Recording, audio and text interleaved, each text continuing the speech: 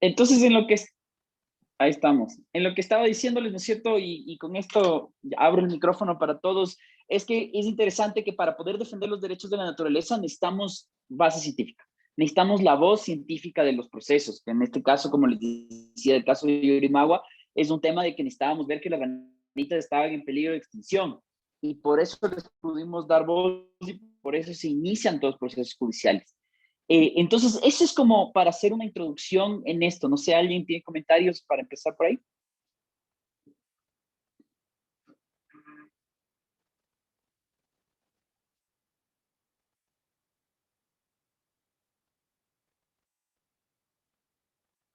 Juan José, tal vez que tú nos comentabas que venías desde las ciencias exactas y también desde las ciencias espirituales. Eh, ¿tú me dices que haga una perspectiva de lo que veo? Sí, sí, sí, coméntanos, por favor. Bueno, mira, em, por ejemplo, para darle una visión de cuál ha sido mi trayectoria para dar mis fundamentos, em, hice una tesis de pregrado para sacar mi carrera de ingeniería eh, con una comunidad que quisiera cuidar la naturaleza, pero no como un incentivo recreativo, sino más bien porque hay personas que cuidan la naturaleza porque es su propio hogar. Y en ese sentido llegué a una comunidad indígena mapuche de la región de Valdivia, lo que para mí fue una serendipia. Una serendipia es algo con lo que uno no sabe que se va a encontrar y que lo descubre en el momento en el que se lo topó de frente. Entonces, yo nunca pensé que me iba a encontrar como una comunidad ancestral que me iba a reflejar todo su conocimiento, porque para mí, siendo de la capital, el conocimiento del sur y más aún indígena, acá en Chile hay una brecha eh, muy amplia entre lo que son las comunidades tradicionales, las que vienen de originarias de esta tierra, y las comunidades que se formaron luego de la colonización. Bueno, en fin, saqué esa tesis, descubrí lo que era una mezcla interdisciplinaria, porque mezclé el turismo, porque ese lugar es muy turístico, mezclé la conservación de la naturaleza y mezclé la cultura por la identidad mapuche. Antes de eso yo estuve en una práctica en una minera de la Corporación del Cobre acá en Chile, lo que me dio una perspectiva del egoísmo y de la avaricia, porque había mucha competencia dentro de la oficina en el sentido de quién cambiaba más rápido el auto, entonces versus pueblos que no tenían ni siquiera agua para sus cosechas, a tal punto de que se sabía que si uno iba a cualquier tipo de restaurante no de mucha calidad, podía salir con una infección intestinal porque precisamente se ocupaban aguas servidas para cultivar los alimentos que se vendían en ciertos restaurantes. Entonces es el desequilibrio que yo por lo menos viví en El Salvador, que es un pueblo en la tercera región de Chile. Por otra parte, también hice práctica en reciclaje en un centro podríamos llamar en un centro turístico, privado, de conservación de la naturaleza, en donde aprendí a separar y a valorar lo que significa hacer el compost, de, de meter las manos, de mezclar con pala, mezclar los distintos desechos, que sabemos que el nitrógeno es muy hediondo, pero aún así sabemos el gran aporte que trae el trabajar esa tierra para hacer un abono bien hecho, por supuesto, separar el plástico, separar el cartón, en lo posible el plumavid, el vidrio. Me fui ampliando una perspectiva de que se podían hacer muchas cosas.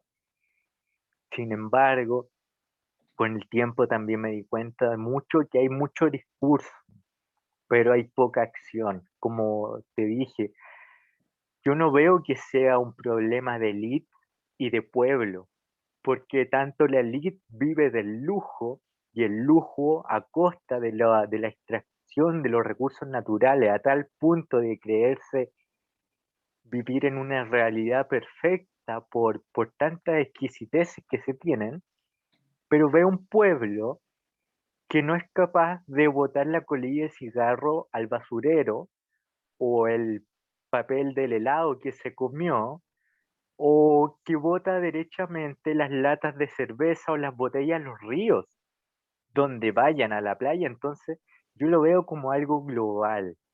Y desde esa perspectiva me gustaría agregar que la Biblia plantea que a causa del pecado que habita en el corazón del hombre por la injusticia, que puede llamarse de muchas formas, se puede llamar avaricia, soberbia, jactancia, vanagloria, lujuria, envidia, contienda, en fin, muchos tipos de pecados. La Biblia plantea que por todos esos pecados que nosotros tenemos escondidos en el corazón y que no somos capaces de limpiarlos por nosotros mismos, es que la tierra va a ser en algún momento totalmente saqueada, va a ser totalmente contaminada y va a llegar un punto en el que se va a tambalear como un borracho y no se va a levantar más. Eso está escrito en el libro de Isaías, en el capítulo 24, por si alguien lo quiere ver. Entonces, a mí, ¿qué me quiere decir eso? Por lo menos desde mi perspectiva científica, que yo creo en la transdisciplina, porque ahora mismo estoy sacando una tesis planteando cuál es el propósito de Dios para el humano, y dentro de ese propósito, Dios nos crea con una identidad, Dios nos crea para vivir en familia, y Dios nos creó también para administrar bien la tierra. Y lamentablemente no la estamos administrando bien porque precisamente nuestra justicia no da el ancho.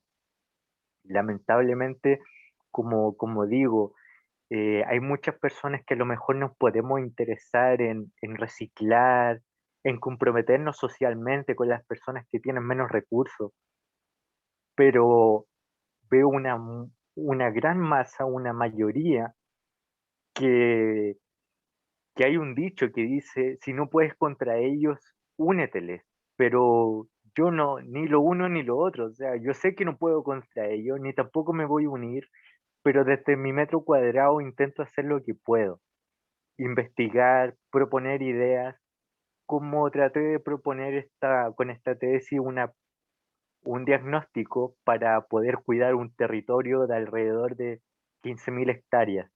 Ahora, cómo ellos se puedan organizar, cohesionarse socialmente, esa es otra cosa, porque sabemos que las relaciones sociales son muy difíciles también. El relacionarse, no siempre se puede llegar a un buen diálogo. De repente hay roces, hay ego dentro de nosotros y eso dificulta la cohesión. Y por mucho que queramos trabajar juntos, una vez una persona de la localidad me dijo algo muy sabio. Me dijo, miren, nosotros los mapuches no trabajamos como esta mano. Esta mano está toda unida y trabajan los 5 dedos a la vez y se ayudan, pero la comunidad acá no trabaja junta, sino que cada uno se va por su propio camino. Y yo personalmente considero los aprendizajes que dejó Jesucristo en la tierra y me gustaría terminar diciendo que él dijo que el que no recoge con él desparrama. Y yo desde mi perspectiva, de lo que he experimentado y aprendido, leo la Biblia para recoger con Cristo, para la salvación de algo más trascendente. ¿En qué sentido trascendente? De que luego de esta vida o viene el cielo o viene el infierno. Y eso yo lo creo por fe, pero es ahí, la fe no se impone, la fe es algo que nace en el corazón. Eso me gustaría decir nomás. Muchísimas gracias, Juan José. ¿Alguien más tiene algún comentario? Si me permite, Gustavo. Claro, por favor, Iván. Yo creo que hay un tema de convicción realmente sobre la necesidad que tenemos nosotros de defender la naturaleza. Los delitos de carácter ambiental manejan grandes capitales y mafias organizadas con cuestiones extractivistas, deforestación de carácter ambiental, sin permisos, el tráfico de la madera y con muchas cuestiones que no tienen políticas públicas claras. En mi calidad de docente de la Facultad de Jurisprudencia en la Universidad de Guayaquil y con años dentro de lo que corresponde al trabajo como inspector de aduanas, el principal problema que tenemos es que no hay una convicción nacional o un deseo de poder hacer respetar la naturaleza. Nosotros, haciendo eco a el excelente mensaje que dio Juan José hace un momento, tenemos una misión y dentro de la misión que nos corresponde estamos en un país bendecido. Somos países megadiversos y sin embargo no sabemos aprovechar lo que tenemos. Uno de los temas en los que yo me he involucrado de forma directa es en el tema de CITES, específicamente para evitar el tráfico de especies de flora y fauna en peligro de extinción que sean comerciadas ilícitamente. Realicé una maestría con las Naciones Unidas al respecto y hemos tenido la oportunidad de participar en 2 COP. Y te das cuenta de que puede haber muchos esfuerzos de ONG, de universidades, la academia se mueve en este sentido, pero cuando llega al asunto político, los mismos que van a las convenciones no tienen ni siquiera el mínimo conocimiento, en muchos casos van por puestos políticos, no están ni siquiera en el momento de las votaciones que le corresponden a cada uno de los determinados países para poder restringir el tema del comercio de determinados animales. La situación que comentaron en la introducción sobre el caso de los rinocerontes, de los hipopótamos allá en Colombia, por ejemplo, es una de las circunstancias que se lo vive a diario en diversas cuestiones. Nosotros hemos hecho capturas y se encontraron en algún momento tigres, se le capturó a los mismos hermanos Fuentes Gasca en algún momento tigres y después no había dónde ponerlos. Y cuando uno quiere aplicar el cumplimiento de la ley, después no sabe qué hacer, tuvimos que regalar, casi que de entregarlos unos desde ahí están en el colegio militar, otros se entregaron a la escuela militar, a la escuela de policía, no teníamos ni siquiera para darles que comer, en ese momento que habíamos justamente verificado que por debajo de las aulas había tráfico de especies, se llevaban otro tipo de especies comercializando, porque los grandes circos también son pantallas para el tráfico ilegal de especies.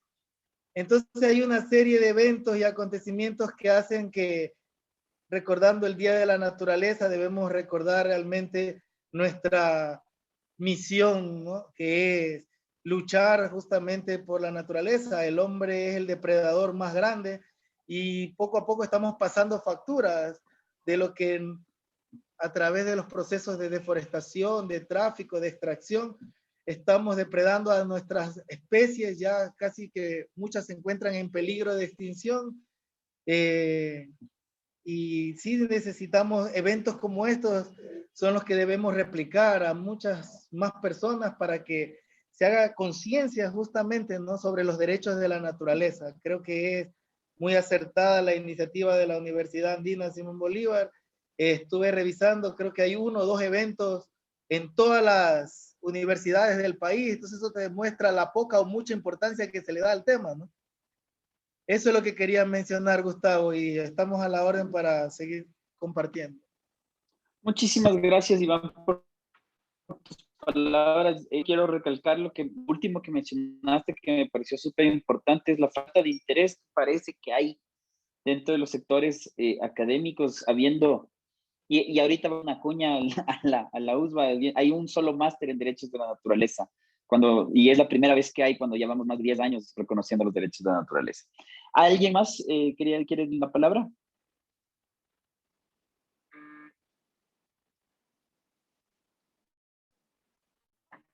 ¿Sigo hablando yo o les doy así como a dedo? Bueno, yo también quisiera complementar un poco mencionando lo que decía Iván también y Juan José, de este tema de poder ir tendiendo ciertos puentes en que otras disciplinas también conozcan y exploren nuevos saberes, nuevas formas de entender la naturaleza. Desde el conocimiento ancestral es muy importante, muy valioso, pero hay que reconocer, digámoslo así, que puede ser incluso por un pensamiento colonializado que tenemos, a la ciencia le damos como un poquito más de crédito. Siempre es como que, bueno, si es que lo dice la revista científica tal, pues eso es lo que funciona. Y hay igual un dicho, no recuerdo quién decía, bueno, yo no soy muy creyente, pero un poco por eso decía, vinculando un poco lo que me hizo acuerdo Juan José, decía un científico que un poco de ciencia me aleja de Dios, pero un poco más me acerca a Él. Entonces, haciendo una comparación como un poco con los saberes ancestrales y cómo se maneja la naturaleza, yo creo que un poco de ciencia nos puede hacer pensar que eso pasaría, digamos, en la edad moderna, cómo se abre la ciencia y la naturaleza pasa a ser un objeto de explotación, pero un poco más de ciencia nos empieza a acercar a la naturaleza, porque ya salen como las investigaciones de que los árboles se comunican por unas emisiones de vibración que son muy, digamos, imperceptibles para nosotros con mecanismos científicos, pero que luego ya se pueden medir cuando afinamos esos mecanismos científicos. Y así una serie de investigaciones. Entonces, estos puentes que se encontrarían con la naturaleza, perdón, con las ciencias exactas, a mi juicio hasta un poquito mal llamadas exactas, pueden ser justo un puente para poder socializar otros saberes, otros conocimientos y otra forma de relacionarnos con la vida secreta de los árboles. Mira, justo. Entonces, claro, un poco más de ciencia y el tema es que los árboles nos hablan todo el día y los sordos venimos a ser nosotros. Entonces, es importante, digamos, este grupo también poder ir generando esas alianzas, poder encontrar esto que mencionaba Iván, por ejemplo, de qué está atrás del tráfico de especies, por ejemplo. Entonces, hurgar un poco más en países como los nuestros, pioneros en el tema de derechos de la naturaleza, se hace muy poca investigación. Hay muy poca base de datos, por ejemplo. Entonces, un poco motivar también a ese movimiento científico que justo lo que permita es esto, ¿no? Tender estos puentes, encontrar esas vinculaciones. Entonces, eso nada más quería como hacer un complemento de lo importante que puede ser encontrar esto que a primera vista no tiene nada que ver, pero cuando uno empieza a explorar un poco más en hechos científicos, pues sí tiene mucho que ver. Y la naturaleza es, pues, es una verdadera maestra científica incluso. Eso nada más. Muchas gracias, David. No sé si es que nos quedan 3 minutos. ¿Alguien quiere dar un comentario por ahí? No sé si Jenny nos quieres contar un poco de eso de los árboles. Manuel también quería, creo, comentarnos algo. Manuel, ¿Quién me quiere parece comentar? que... Hola, ¿cómo están? Dale, No hay dale, problema. Por favor, que nos cuente primero el tema de los árboles, porque justamente quería conversar de ese caso.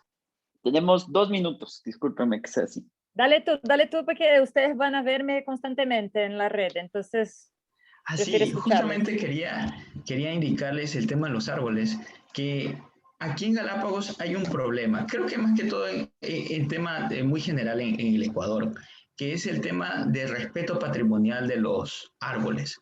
En Guayaquil y en Quito yo conozco que hay una ordenanza municipal, por ejemplo, que recoge árboles que son mayores a 10 o 20 años y de los cuales se los considera patrimoniales. Entonces, cuando aquí, por ejemplo, que a veces se utilizan metodologías o en lugares donde se utilicen metodologías no tan adaptadas a la poda de árboles, lo que causa es que destruyes otro ecosistema. El tema de los pájaros que tienen sus nidos o aquí diferentes especies que se alimentan de las avispas o algo así. Y esta protección, ¿quién la tendría que ejercer? Un ciudadano, la tendría que ejercer el ministerio, la tendría que ejercer la Defensoría del Pueblo y la Naturaleza.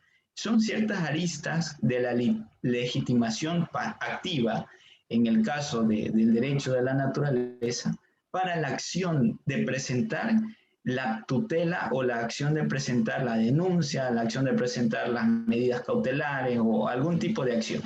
Pero todavía no existe un énfasis o algo que conlleve algo concreto que indique que para temas de árboles no exista tal defecto, tal tala, o por el tema de la pesca ilegal, por ejemplo, cómo protegen nuestros ecosistemas con el tema de la pesca ilegal cuando existen mares internacionales y que cualquier persona lo puede arrasar con palangre o pesca industrial, como sucede en las costas cercanas de aquí de Galápagos, que incluso tienen una tecnología más avanzada que la nuestra para desplazarse. Por ejemplo, el barco Yongfeng, creo que se llamaba, es el barco chino que lo encontraron casi en la mitad de la reserva marina, en la mitad, en un día, y la fiscalía conoció del barco y por tal razón, incluso hasta el defensor del pueblo tengo conocimiento que fue a ver cuánta fue la cantidad de aletas. Fue uno de los fallos más increíbles que tuvimos aquí en Galápagos, condenando la pesca ilegal y por el tema de las aletas de tiburones y todo eso. Pero vamos más allá todavía. Las tortugas marinas, las tortugas de Galápagos, que son de tráfico de especies internacionales, que actualmente ya van 2 juicios en este año. Uno que ya han traficado, el año pasado traficaron 123 tortugas, iban a traficar. Este año ya va 16 tortugas y adicional se suman a ellos otros que creo que eran entre 100 y pico también. Pero, ¿dónde existe esta red? ¿Cómo la gente puede acceder a estos animales que incluso ya han sido traficados con anterioridad? ¿Por qué? Porque ya lo han hecho y lo están intentando hacer. Aquí se desaparecen avionetas, incluso como ya sucedió. Y son puntos que nos pone a alarmar porque es un sistema de justicia que o bien desconoce el tema del derecho a la naturaleza o bien prefiere omitir el tema de la justicia dentro de la derecha a la naturaleza. Por eso necesitamos implementar una superintendencia del medio ambiente enfocado a proteger los derechos de la naturaleza. Esta superintendencia o un nuevo sistema, así como hablamos de los derechos sujetos de protección como los derechos humanos, tenemos que hablar otra base fundamental de los derechos de la naturaleza, implementando sistemas de el derecho a la democracia ambiental, por ejemplo, de las consultas populares que tienen que llevar a cabo las comunidades para prohibir la minería, para prohibir el tema de la contaminación en los ríos, las descargas de aguas residuales, la protección de los sistemas por medio de un convenio latinoamericano entre Perú, Colombia, Ecuador, Argentina, Chile, que protejan los mares internacionales de sus costas y la pesca ilegal, porque esta pesca es lo que perjudica básicamente a todo nuestro ecosistema. Los peces no es que son galapagueños y te dicen soy residente de Galápagos, no. Los peces lo que te dicen vamos a emigrar a otra parte y ahí es donde son perjudicados. También las especies silvestres, tener conocimiento que cada vez que estas especies son traficadas de forma ilegal a otro país, sea ese país también que los reintroduzca a nuestro ecosistema. ¿Existe algún convenio de extradición de especies traficadas de Galápagos? No conocemos. Y más que todo también especies de la Amazonía. Especies de la Amazonía que son también protegidas y únicas en el mundo, que también son traficadas y que obvias razones por temas de, como hablan de los hipopótamos del Capo, pues lo mismo pasa en otras partes del mundo. Y más aún de las especies tan protegidas como en el Ecuador y en Latinoamérica, que son el pulmón del mundo, ¿no? El pulmón del mundo, de la Amazonía. Y es ahí donde tenemos que dar ese punto final a la injusticia e iniciar un punto aparte a la justicia en defensa de los derechos de la naturaleza. Y esta defensa tiene que ser correlacionada con todas las personas que sumen los esfuerzos, porque somos nosotros o son cada uno de ustedes quienes toman la iniciativa.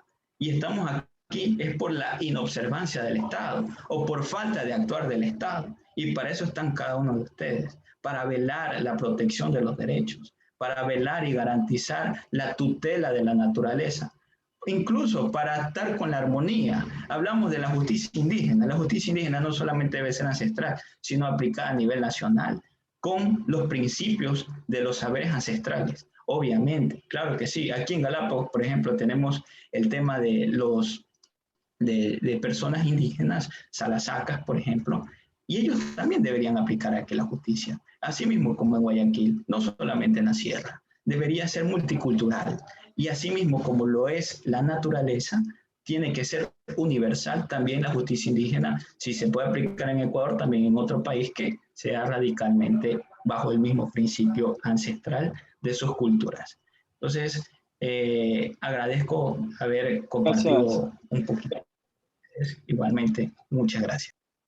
Gracias, Manuel, por tu intervención. Discúlpame que te interrumpimos, pero ya estamos cerrando. Les agradezco a todos ustedes por habernos compartido. Y yo voy a hacer la relatoría después, les voy a compartir de qué se trató un poquito para rescatar lo último. Me parece importante que salió de todo esto, es que, y recogiendo inclusive las palabras últimas de Manuel, pero me parece que resumen todo, es que la ciencia tiene que ayudarnos para proteger la naturaleza más que para destruir, que es como parece que se está ocupando últimamente. Entonces yo me voy con esa frase. Les dejo a todos una vez más el agradecimiento y el seguir trabajando en red. Creo que esto es súper importante para poder trabajar todos juntos en la protección de la naturaleza, los derechos de la naturaleza y demás. Muchísimas gracias y regresamos al chat principal, a la página principal.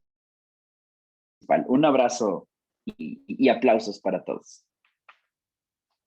No sé cómo regresar.